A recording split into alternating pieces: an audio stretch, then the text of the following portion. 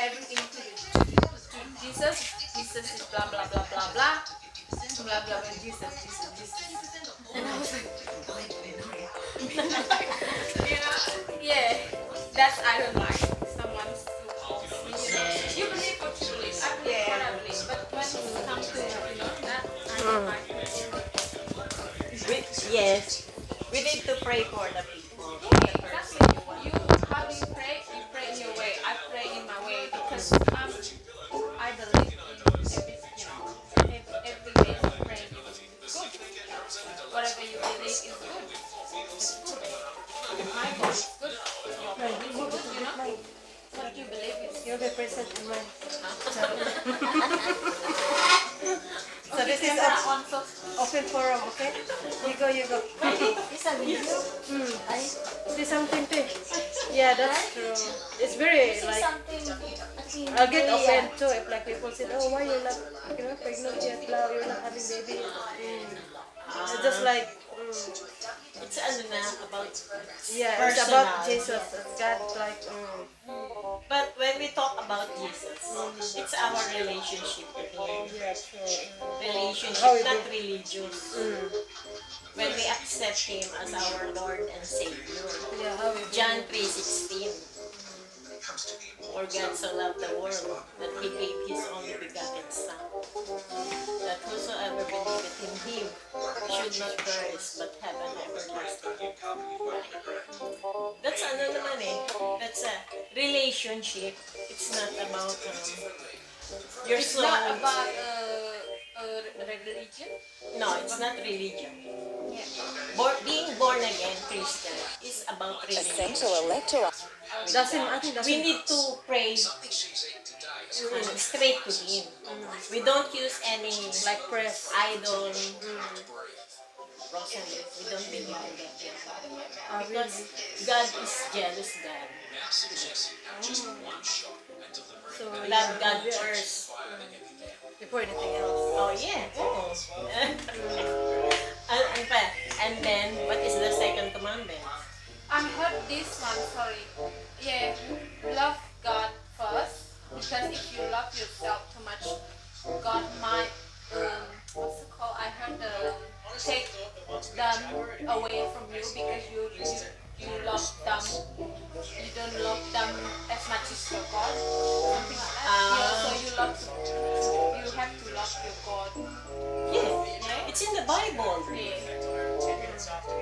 The first commandment is love God above all. Yes. Not because you love yourself. And then, You forget about and then the second one is love yourself as how you love others. Do you believe in heaven and hell? Oh, there is heaven and hell.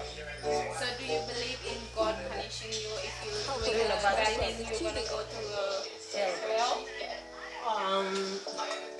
Me, I don't believe because If we it's receive, God always forgive. God Yeah. never punish. So I don't really believe like But God is not the one looking after the bad person, so that's the devil. So that's why Jesus Christ came to earth, not for the good one, but for the sinners. yeah. Okay, So He gave His own self. He died on the cross for us to have a redemption. so you are the sinner. We are all sinners. No, I'm before. perfect. No one is perfect. Only God. Go ahead. We are all sinners. Pause because she's going to the toilet. So she don't miss anything. Oh dear, true. Literal virus may compensation. Yeah, that's why I put my video on because this is good what people will learn. No? Do you believe in karma too? Also man, Good or bad? There's a good karma, there's a bad if karma. you do If you do good, you There's a good karma. yes. But if you do bad to others, it will return what back goes around comes around. 100% to you. Yeah. So, do you believe in reincarnation? I think there's no reincarnation, only Jesus. They're only carnation. There's no reincarnation. If we truly believe in the Bible, what it was written in there, Would you like more coke, huh? you know why? See? I was being, my kids, I got been baptized, being born again, 1989. So you used to be a Roman Catholic? Yeah. So how come you changed into born again Christian?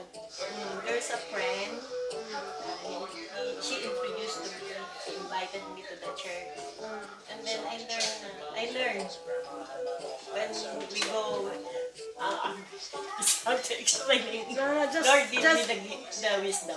no, just like Taglish, like there's English and When I accept Jesus, it's not really 100%. Sometimes you will go into the process.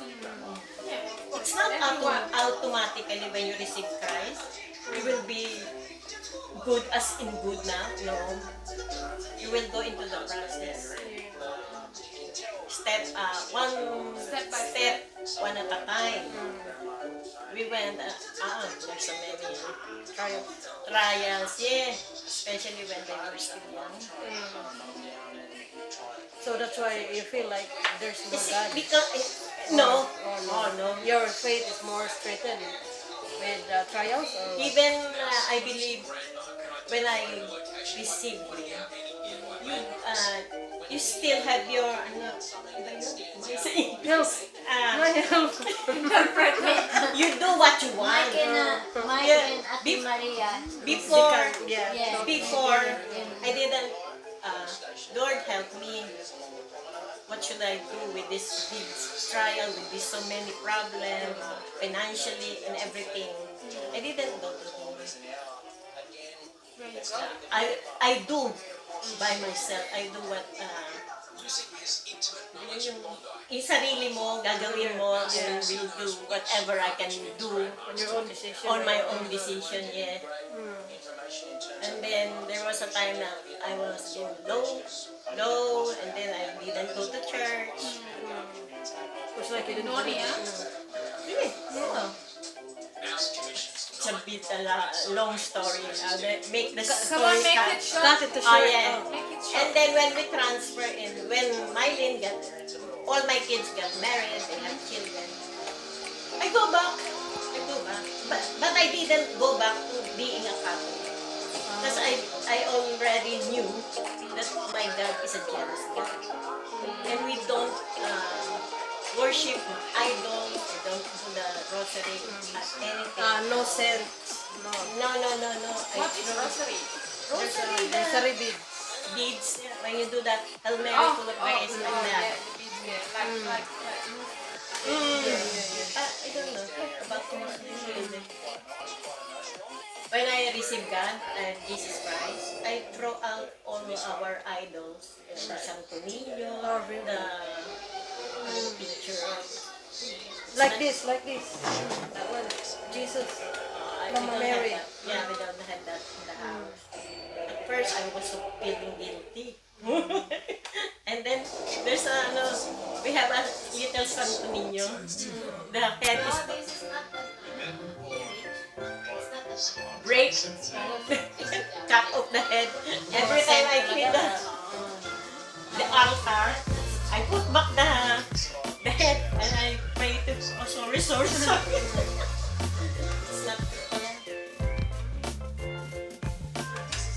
Ayan, when I go back to church,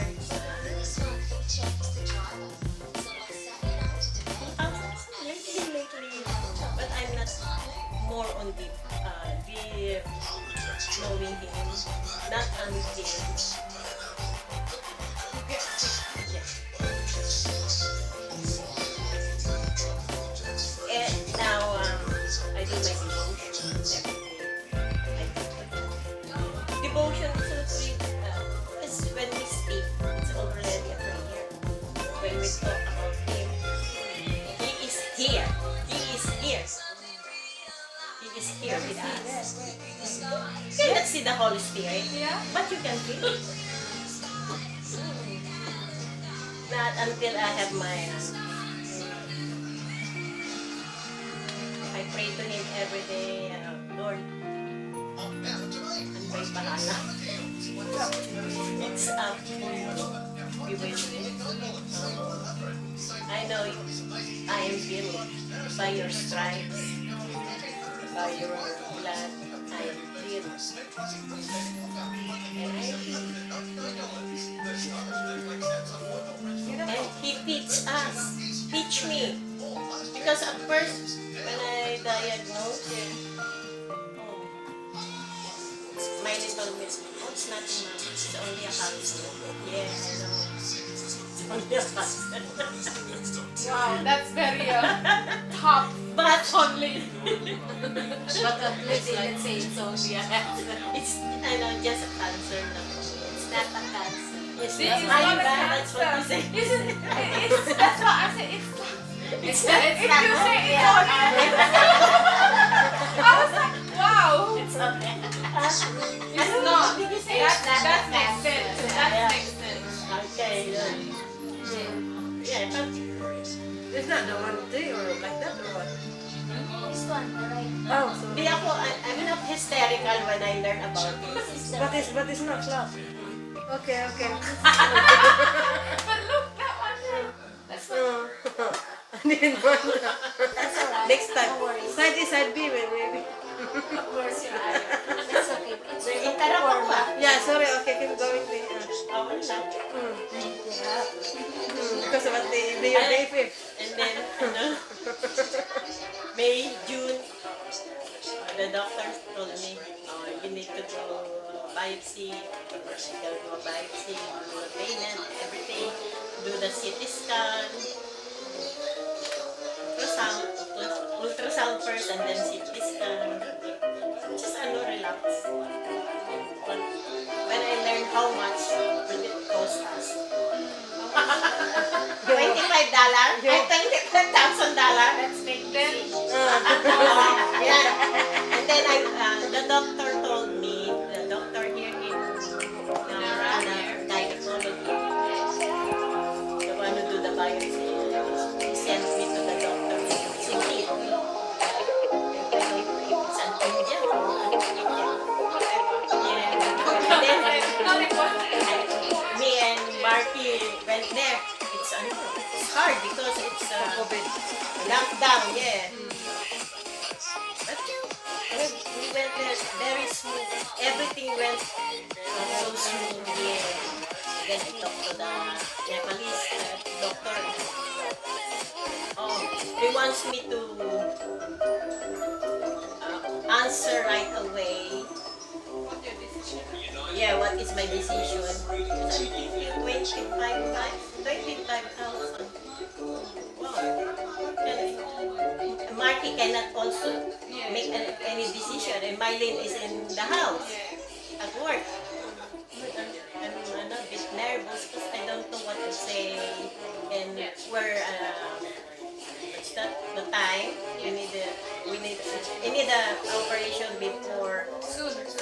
very soon, July or August. Doctor, and then we're trying to get out because I cannot answer him.